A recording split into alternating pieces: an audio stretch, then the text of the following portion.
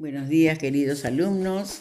Nuevamente con ustedes, en el nombre de Dios, empezar este lunes, pero sin antes no aclararles de que tenemos, por favor, que poner el nombre, apellido y presente para la asistencia. Ya, queridos alumnos, que sea eso una costumbre buena, por favor.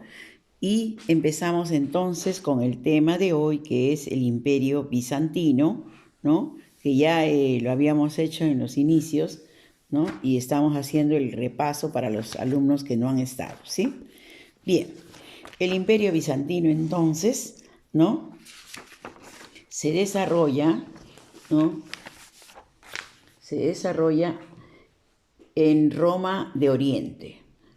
Este surge a raíz de la división territorial hecha por Teodosio en el 395, asignando a su hijo Arcadio, considerado el primer gobernante de este estado.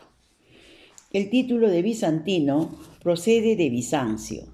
Es un nombre heleno de la ciudad llamada Constantinopla por los romanos. La mayor difusión del nombre griego es de una idea de la fuerte influencia de aquella cultura sobre el imperio. Bien, la civilización. En los títulos de Augusto, el imperatore romano, ¿no? Autocratore, también dice aquí, así dice, ¿no? Ustedes saben que está en latín. Autocratore y basileus, griegos, se les aplicaba a los gobernantes, entonces estos revelan la variedad cultural del país. Además, el Estado bizantino recoge influencia de los persas y de los musulmanes. No olvidemos eso, que ellos recogen influencia de los persas y de los musulmanes. Bien, en cuanto a su economía. En su economía destacaron en el comercio, gracias al dominio de los mares, y su excelente ubicación que tenían ellos para esta ocasión, ¿no? La prosperidad sirve para repeler las invasiones de otros pueblos. Bien, en cuanto a religión, al inicio era la religión católica romana, pero las diferencias que tuvieron con el Papa provocaron que en el año 1054 se rompa la unión, ¿no? Y se suceda el primer cisma de Oriente. El surgimiento de la Iglesia Católica Ortodoxa, conocida en Occidente como la Iglesia Griega Ortodoxa, ¿no? Hubo un rompimiento. Bien, la evolución histórica. Vamos a ver la evolución histórica de Bizancio. Los primeros años, aproximadamente el siglo V, estuvieron dedicados a resguardar las fronteras y a combatir las herejías, referidas sobre todo al dogma de la Trinidad, aunque los numerosos concilios que se reunieron para ello no pudieron impedir la difusión de nuevas doctrinas religiosas, ¿no? Bien, en la Edad de Oro con Justiniano, por ejemplo, la Edad de Oro con Justiniano, 527 a 565, este ambicioso monarca intenta pues restaurar el Imperio Romano y con este fin, ¿qué hace? Despliega una infatigable actividad notable, sobre todo en los campos siguientes. Ya vamos a ver qué campos, ¿sí? Vamos a ver. Entonces, primero, impuso el orden en el imperio y evitaba el abuso. Segundo, intenta extirpar las herejías e imponer la unidad religiosa. Esto pues lo conduce a grandes disturbios al pueblo. Tercero, embellece las principales ciudades con grandiosas construcciones, entre las que sobresale la iglesia de Santa Sofía en la capital. Número siguiente, reorganizó la legislación con el apoyo de expertos como Triboniano, dando origen al Corpus Juris Civilis. Esta gran obra comprendía 4 secciones: el Código, recopilación de constituciones de antiguos emperadores; el Digesto, era una selección de juicios emitidos por expertos de la época romana; las instituciones, que era un manual de fácil lectura para los estudiantes; y las novelas, que eran leyes posteriores recopiladas y añadidas más tarde. Número 5. Reconquistó parte de Occidente con sus grandes generales como por ejemplo Belisario y Narses, quienes sometieron a los vándalos y a ostrogodos y arrebataron a los visigodos una franja de terreno. Es así que el Mediterráneo entonces vuelve a ser un gran lago romano y Bizancio alcanza su extensión máxima. Asimismo, número 6. Sin embargo, sus contemporáneos y los historiadores critican, pues, que las guerras debilitaron al imperio, tanto militar como económicamente. No pueden olvidar que las nuevas posesiones se vieron pronto amenazadas. Bien, eso es cierto, ¿no? Ustedes saben, los romanos tenían tantas cosas que a veces se envidiaban, a veces invadían y a veces también a ellos los envidiaban. ¿Por qué? Porque habían cogido partes de culturas, por ejemplo, de los griegos, ¿no? De otros, ¿no? Bien, los problemas externos en ese tiempo de Bizancio. Bien, poco después que el imperio fue expulsado de España por los visigodos, casi pierde Italia ante los lombardos. Mientras tanto, en Oriente se ve enfrentado a la inesperada aparición del Islam. Los califas, los musulmanes, se adueñan de extensos y ricos territorios religiosos. Económica y políticamente, la pérdida del imperio fue gravísima, fue algo terrible. En la misma época se desata una guerra civil acerca del uso de las imágenes sagradas, iniciada por León III. Esta querella de los iconoclastas se prolongó por más de un siglo, profundizó el abismo que separaba a la Iglesia oriental de la Iglesia romana, aunque finalmente los íconos fueron restablecidos.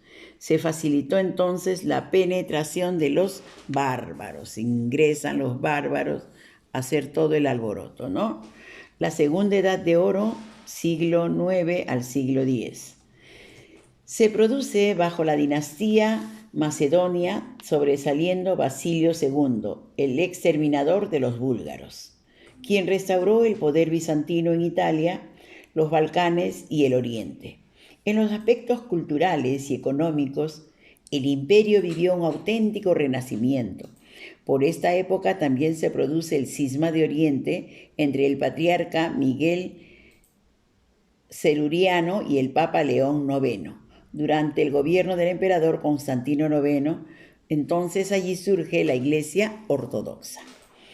Bien, pero ya se le avecinan otras cosas a ellos. Viene el peligro de los turcos, siglo XI a siglo XV. Los turcos absorben todas las facilidades y todo lo positivo del imperio en sus últimos años. Desde la gran derrota de Manzikert, colocó a los turcos selyúcidas a un paso de Bizancio. Occidente, llamado por el emperador Alejo I, puso en marcha las cruzadas, pero esta ayuda terminó perjudicando aún más al imperio. En la Cuarta Cruzada fue saqueada Constantinopla, reducido a su mínima expresión. El país sobrevivió hasta 1453, en que el emperador Constantino XI cayó ante los turcos otomanos de Mehmed II. Imagínense, trasciende el imperio. En la historia, Bizancio ocupa un lugar relevante por la difusión del cristianismo entre los pueblos orientales, por la contención de los pueblos asiáticos, salvaguardando así a Europa de más invasiones. El resguardo ofrecido a la civilización grecorromana en peligro de desaparición tras las invasiones bárbaras. Ya cuando entran los bárbaros, adiós pueblo bizantino. Guerra y guerra y guerra. Muy bien, vamos entonces a trabajar nuestra retroalimentación, ¿sí? Muy bien, empezamos entonces. ¿Cuál fue la gran obra legislativa de Justiniano? Ordenar y simplificar la codificación de las leyes, ¿sí? Otra obra más. ¿Quién fue el jurista encargado de elaborar todos estos documentos? Triboniano, ¿no? tiboniano fue. ¿Qué elementos arquitectónicos emplearon los bizantinos? Emplearon cúpulas, pechinas, bóvedas triangulares. Muy bien. 4. ¿Cómo se denominaba la máxima autoridad del imperio? Basileus. Basileus. Trabajando en casa. Completa las siguientes frases. El imperio romano fue dividido por Teodosio en dos partes. El imperio romano de Occidente, ¿no? Por Jonin, en manos de los pueblos de Milán, Esparta e Italia. El imperio romano de Oriente pasó a denominarse bizantino y tuvo su capital en Constantinopla. Muy bien. Continuamos. Acá el mapita, ya uno es Oriente, Occidente y Oriente. Eso ya lo hacen ustedes, ¿ya? No hay problema. Verificando el aprendizaje. El origen del imperio bizantino lo encontramos en la caída de la República Romana. ¿En cuál de ellas? A ver, el origen lo encontramos en la división del imperio romano. Muy bien. Durante su origen se produce la máxima expansión del imperio bizantino. ¿El gobierno de quién? Justiniano. Fue el primer emperador del imperio bizantino, Arcadio. Lo acabamos de ver en la primera etapa. Fue la base del sistema legal bizantino, Corpus Juris Civilis Romani. Muy bien. 5. El imperio bizantino sobrevivió 10 siglos debido a ¿qué? A los factores políticos, religiosos, diplomáticos, militares y su posición geográfica. El reino asentado al norte de África, que fue sometido por Belisario durante el reinado de Justiniano, fueron los vándalos, ¿ya? El reino vándalo. El emperador que acusó de idólatras a quienes rendían culto a las imágenes o íconos religiosos, León III. Iglesia que representa los elementos arquitectónicos que emplearon los bizantinos. Su construcción se inició durante el gobierno de Justiniano, Santa Sofía. Muy bien. El legado bizantino es fundamental en los territorios de Europa Occidental porque permitió la cristianización y difusión de la cultura bizantina. Última pregunta. ¿Qué manifestó el imperio bizantino en su cultura? La influencia determinante del cristianismo occidental. Continuamos entonces con el imperio carolingio. Continuamos con el tema 3, imperio carolingio. Bien. Entre los siglos 8 y 9 de Occidente romano, germánico, se produce un estado capaz de rivalizar con potencias bizantinas e islámicas. Esta consolidación fue la expansión de uno de los reinos bárbaros que surgió, el imperio carolingio, cuya principal figura pues viene a ser Carlomagno, Carlos el Grande. Es considerado uno de los monarcas más sobresalientes de la época medieval. El reino franco de los merovingios. Organizado en el siglo V por Clodoveo, entró en crisis en el siglo VII, los llamados reyes holgazanes. Dejaron las funciones del gobierno a sus mayordomos, quienes pudieron así ir acumulando gran poder en sus manos, sobre todo desde que el cargo pasó a ser monopolio de la familia Eristal. Los Eristal fortalecieron su posición con la victoria lograda por los mayordomos Carlos, llamado Martel, ante los ejércitos islámicos en la batalla de Poitiers en 732. Las hazañas de este gran caudillo dieron pues a la familia el nombre de los carolingios. Sin embargo, y pese a su enorme prestigio, Carlos no intentó usurpar el trono y dejó reinar a los insignificantes merovingios. La situación cambió con su hijo Pipino el Breve, quien consiguió que la iglesia, que estaba amenazada por los lombardos y necesitaba un protector, ¿no?, lo declarase vacante el trono de los francos. El rey, de hecho, el 751, y coronado por el Papa Esteban II en 753, Pipino instauró entonces la dinastía carolingia. Pipino instaura la dinastía carolingia. Muy bien. Pipino se ocupó durante su reinado de fortalecer su estado y de consolidar la alianza con el papado. O sea, nuevamente conversaciones con el Papa, ¿no? A quien había reconocido como señor de un extenso país en el centro de Italia a raíz de la coronación. A la muerte fue sucedido por sus hijos Carlos y Carlomán. La desaparición de este último, de Carlomán, permitió a Carlos restaurar la unidad e iniciar un reinado que lo llevara hasta el título imperial. Carlos se encargó de presentarse como supremo defensor de la cristiandad, sin descuidar el engrandecimiento del reino franco. Derrotó al rey lombardo Desiderio y se anexó a su país. Sometió a los bávaros y a los frisios.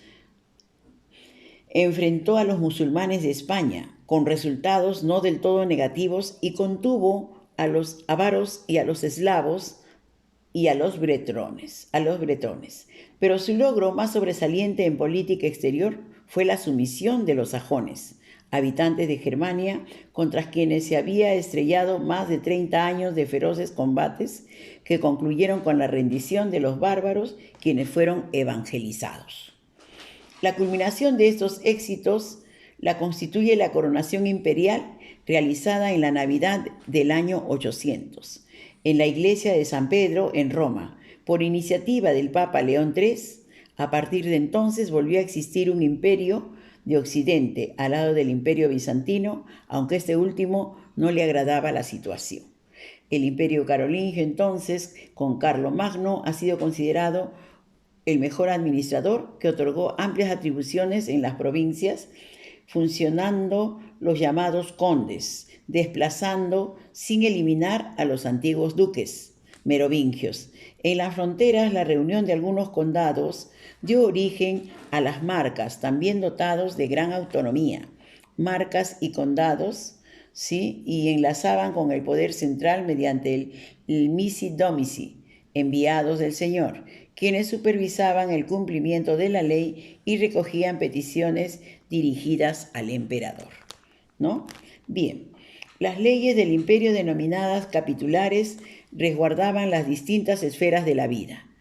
En realidad, la administración del imperio conservó estos rasgos típicos de los germanos. Quiere decir que tenían una disciplina bastante armoniosa. Sobre todo, a la ausencia de una sede permanecía en el gobierno. Las dificultades, el emperador las extraía y los financieros y militares eran los que solucionaban. La dependencia de la ausencia de las instituciones y las leyes, todo era solucionado con el missi dominici, ¿no? Los planes de reparto de territorio entre los descendientes eran planes y no se realizaron porque a la muerte de casi todos los herederos dejó como único sucesor a Luis el Piadoso.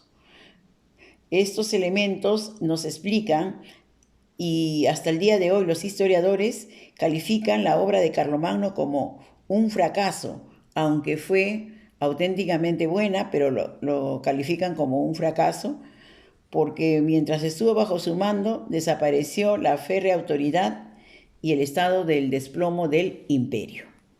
El hundimiento del imperio, vamos a ver de qué se trata. La muerte de Carlomagno en el 814 dejó el poder a su hijo Luis el Piadoso, Ludovico Pío, excesivamente respetuoso con el alto clero, incapaz de contener las ambiciones de sus hijos. Humillado públicamente, falleció en el 840. Sus herederos firmaron el Tratado de Verdún, que establecía un reparto tripartito: la región occidental a futura Francia, para Carlos el Calvo; la región oriental, futura Alemania, para Luis Germánico; y la región central para el primogénito Lotario, quien recibía además el título de emperador. Aunque ya sin ningún valor real con la forma de este documento, el imperio carolingio desaparece definitivamente en manos de los hijos del antiguo, ¿no? De todo lo que habían hecho los demás, pues se viene abajo. Bueno, la trascendencia del imperio, ¿no?, pese a su corta duración, sobresalen por las siguientes razones. El impulso a un renacimiento cultural, que aunque reducido a la corte imperial, contó con personalidad de relieve como Alcuinio de York. La extensión del dominio de la civilización romana germánica más allá de los límites del antiguo imperio romano. Sentó las bases de los estados de Francia, Italia y Alemania. Contuvo durante muchos años la ofensiva de los pueblos invasores. Miren ustedes, hasta aquí entonces este tema y vamos a pasar a nuestra resolución, ¿no?, del Imperio Carolingio. Muy bien. Empezamos entonces. Retroalimentación. ¿Cuál es el antecedente del Imperio Carolingio? Muy bien. Sucesos del reino franco, ¿no? Sucesores del reino franco. ¿Cómo se organizaba el Imperio Carolingio? Con alianzas, ¿no?, entre el gobierno y la iglesia. Alianzas entre el gobierno y la iglesia. ¿Cómo se dividían las 7 artes liberales? Lo vemos en los documentos que nos han dejado. ¿Qué sucedió luego de la muerte de Carlomagno? Se inicia la desintegración del imperio. Trabajando en clase. Completa el siguiente esquema. El esquema es de la siguiente manera. Arriba está Clodoveo, ¿no?, con la función del reino franco, inicia la dinastía merovingia. Carlos Martel, a la derecha tenemos los reyes holgazanes. ¿Y quién los acaba? Pipino el Breve. Seguimos. Último rey holgazán, derrocó a Childerico III. ¿Quién? Pipino el Breve. Seguimos. Carlomagno es su hijo Carlomán. Debajo, Ludovico Pío, ¿no?, tenía a su hijo Lotario, que para él era Italia, Carlos el Calvo Francia y para Luis Germánico Alemania. Bien. 7 artes liberales. Acá están las 7 artes liberales, ¿ya? Ausencia de sede parlamentaria, dificultad del emperador en la economía, dependencia del emperador, ausencia de leyes, 4, compromiso de fidelidad, corrupción de autoridades y el reparto de tierras. Ya son las 7, ¿ya? No se olviden que acá adelante también está para que lo ponga. Muy bien, nos vamos entonces verificando el aprendizaje. El Imperio Carolingio encuentra sus orígenes en el reino franco.